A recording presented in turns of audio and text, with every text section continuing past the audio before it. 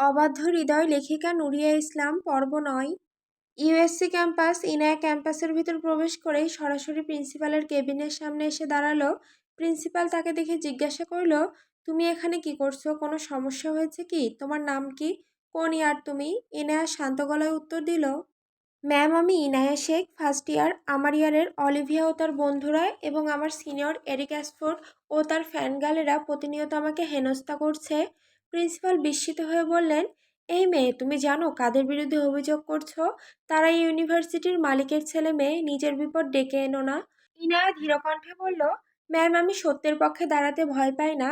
অন্যায় যেই করুক আমি প্রতিবাদ করব। আমার আদর্শ আমাকে অন্যায়ের সামনে মাথা নত করতে শেখায়নি। আমি ন্যায় বিচার চাই।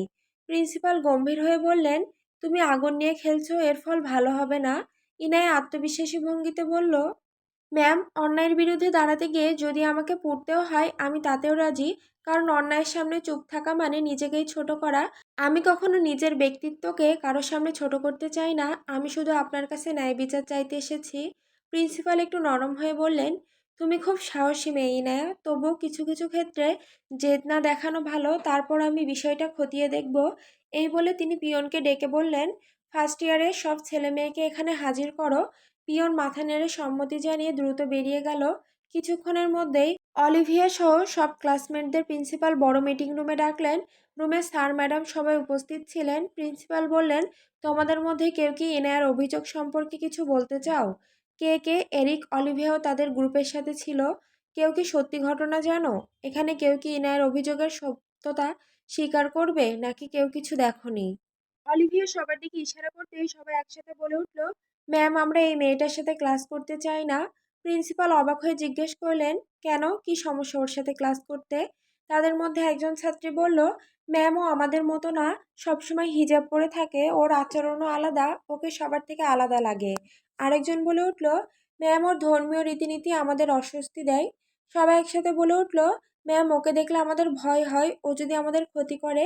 সোশ্যাল মিডিয়াতে তো ওদের নিয়ে অনেক কিছু শোনা যায়, ওদের সবাইকে সন্দেহের চোখে দেখা হয়। সোশ্যাল মিডিয়াতে তো দেখায় মুসলিমরা নাকি সবসময় ভায়োলেন্স ছড়ায়, দাঙ্গা বাঁধায়। এই রকম মানুষের সাথে আমরা কিভাবে থাকবো? ও নিজেও তো ওর শরীর ঢেকে রাখে। নিজের ধর্ম নিয়ে এমন কটূক্তি শুনে ইনায়ার চুপ থাকতে পারে না। আল্লাহ তাকে অন্যায়ের বিরুদ্ধে বলার সাহস দিয়েছেন। সে সবার দিকে ধীর দৃষ্টিতে তাকে স্পষ্ট কণ্ঠে বলে, তোমরা কোন সহিংসতার কথা বলছো?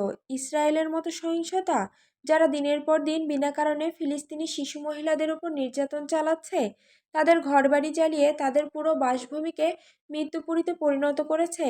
কি দোষ ওই নিষ্পাপ শিশুদের, যাদের ইসরায়েল হত্যা করছে? তাও আবার তোমাদের সমর্থনে। এত কিছুর পরেও তোমাদের দেশের সোশ্যাল মিডিয়া ইসলামকে টেররিস্ট প্রমাণ করতে ব্যস্ত, আর ইসরায়েলকে শান্তিপ্রিয় রাষ্ট্র হিসেবে দেখায়।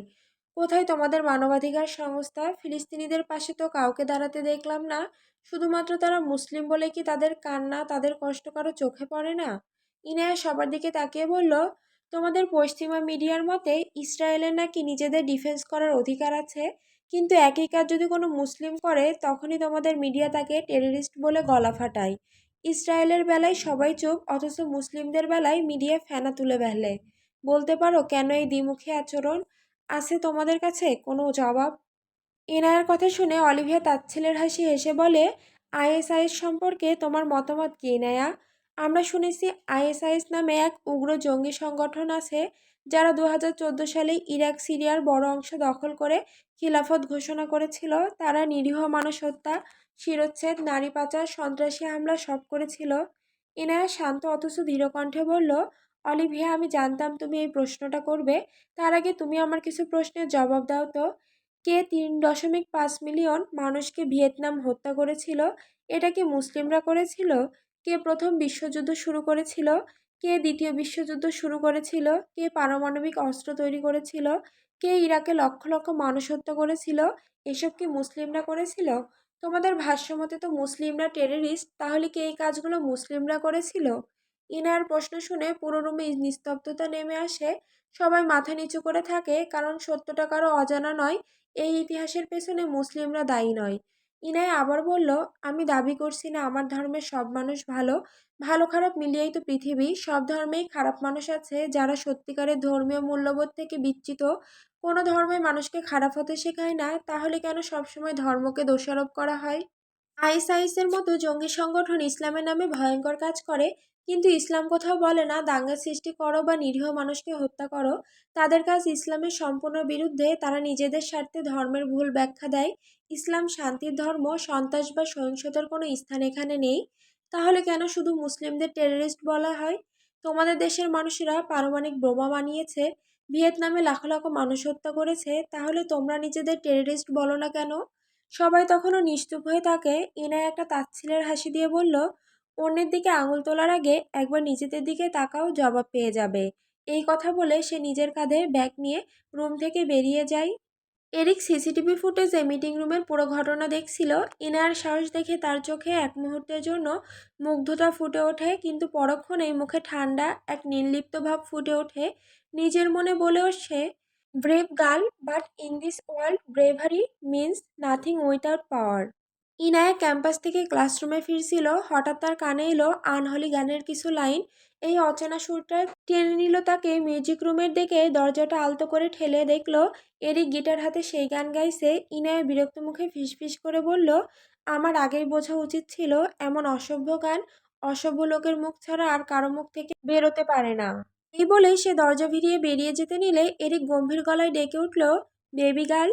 এরিকের ডাক শুনে ইনায়া থমকে দাঁড়ালো। ভেতরে ভেতরে জানে এবার এই ছেলেটা নিশ্চয়ই তাকে কটাক্ষ করবে। এরিক ঠোঁটে বাঁকা হাসি টেনে বলল, বেবি গার্ল, আমার গান তোমার এত ভালো লেগেছে যে দরজার পাশে দাঁড়িয়ে শুনছিলে? ইনায়া চোখ রাঙিয়ে জবাব দিল, ভালো লেগেছে না ছাই? এই বাজে গান তো শুধু আপনার মতো বেয়াদবের মুখেই মানায়।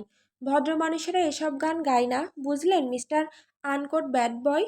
এরিক রেগে গিয়ে ইনায়ার দিকে হাত বাড়াতেই ইনায়া টেবিলের ওপর রাখা পেপার ওয়েটটা তুলে শাসিয়ে বলল, একদম ছুবেন না, না হলে এই পেপার ওয়েট দিয়ে আপনার মাথা ফাটিয়ে দিব। এরিক ইনায়ার এই কাণ্ড দেখে হেসে ফিসফিস করে বলল, ওয়াও, সো ভায়োলেন্ট। তুমি তো দেখি অ্যাঞ্জেল না, পিওর লিটিল ডেভিল। এরপর ইনায়ার কাছে সে নিচু গলায় ফিসফিস করে বলল, don't threaten me baby girl, তুমি যা পারো আমি তার থেকেও খারাপ পারি। বলে এরিক আবার গিটার তুলে গাইতে লাগলো, a lucky lucky girl, she got married to A boy like you, sheet kick you out if she ever. এরিকের গান শুনে ইনায়া বিরক্ত হয়ে মনে মনে বলল, আস্তাক ফিরুল্লাহ, এই ছেলেটা তো একেবারে বেহায়া। এসব গান গেয়ে নিজেকে কি ভাবে কে জানে। তারপর সেইখান থেকে বেরিয়ে যাওয়ার সময় এরিকের দিকে তাকিয়ে বলল, এইসব বাজে গান গেয়ে নিজেকে কুল ভাবেন মিস্টার ব্যাড বয়? খুব প্যাথেন্টিক লাগে আপনাকে। আল্লাহ আপনাকে একটু হেদায়েত দিক। এই বলে ইনায়া জোরে দরজা লাগিয়ে সেইখান থেকে বেরিয়ে গেল। ইনায়া চলে যেতেই এরিক গিটারটা পাশে রেখে ঠোঁটে বাঁকা হাসি টেনে হাঙ্কি স্বরে ফিসফিস করে বলল, run as much as you want baby girl, but you will always come back to the devil you hate. Inaya corridor ধরে দ্রুত হাঁটতে হাঁটতে মনে মনে বলল, এই ছেলেটার মতো বেয়াদব আর দেখিনি। যত দূরে থাকি ততই যেন কাছে টানে। তার চোখে মুখে একরাশ বিরক্তি ফুটে ওঠে। আল্লাহ আমাকে শক্তি দাও যেন কোনোদিন এই ডেভিলের ফাঁদে না পড়ি। এরিক ইউএসসি ক্যাম্পাসের বাইরে তার শ্যাডো রাইডারটার ওপর আধশোয়া হয়ে আকাশের দিকে সিগারেটের ধোঁয়া ছেড়ে দিচ্ছিল। চোখে তার কালো সানগ্লাস, মুখে তার ক্লান্তি আর উদাসীনতায় স্পষ্ট ফুটে উঠেছে। ঠিক তখন পাশ দিয়ে মিস্টার তানভীর হেঁটে যাচ্ছিলেন। সিগারেটের ধোঁয়া তার গলা ধরে আসে, কাশি ওঠে। তিনি থেমে বিরক্ত গলায় বলেন, এই ছেলে, তুমি ইউনিভার্সিটির সামনে এসব কি করছো? এটা ইউনিভার্সিটি জানো না? এখানে সিগারেট খাচ্ছ কেন? এরিক ধীরে ধীরে সানগ্লাস খুলে ইনায়ার ভাইয়ের দিকে তাকিয়ে ঠান্ডা গলায় বলল, হোয়াটস ইয়োর প্রবলেম ম্যান? আপনার এসব পছন্দ না হলে রাস্তা ফাঁকা আছে, চলে যান। শুধু শুধু জ্ঞান দিতে আসবেন না। ইউনিভার্সিটির সামনে দাঁড়িয়ে তুমি এসব করতে পারবে না, বুঝেছো? এটা পড়াশোনা করার জায়গা। নেশা করতে হলে ক্লাবে গিয়ে করো। এরিক এবার বাইক থেকে উঠে দাঁড়িয়ে ঠোঁটে তাচ্ছিলের হাসি এসে সিগারেটের ধোঁয়া ছাড়তে ছাড়তে বলল, did I ask for your permission? তুমি তো খুব বেয়াদব ছেলে, তোমাকে কেউ বড়দের সম্মান করতে শেখায়নি। এরিক ধোঁয়া ছেড়ে ঠোঁটে এক চিলতে হাসি টেনে বলল, এটা আমি আপনাকে বলা জরুরি মনে করছি না। আর respect, I don't even respect my own father. So what makes you think that you R special? আমি তোমার বড়, তুমি আমার সাথে এভাবে কথা বলতে পারো না। তুমি কিন্তু ভুল করছো। Listen mister, my life my rules, you can go. আল্লাহ তোমাকে হেদায়েত দিক। এরিক প্যাকেট থেকে আরেকটা সিগারেট বের করে ঠোঁটে চেপে ধরে বললে, জি keep blessing me, maybe I will change. Mister Tanvir চলে যেতেই এরিক কোল্ড ভয়েসে সিগারেটের ধোঁয়া ছেড়ে বলে, ড্যাম, লাইফে যখন তখন জ্ঞান দিতে আসা জোকারদের অভাব নেই।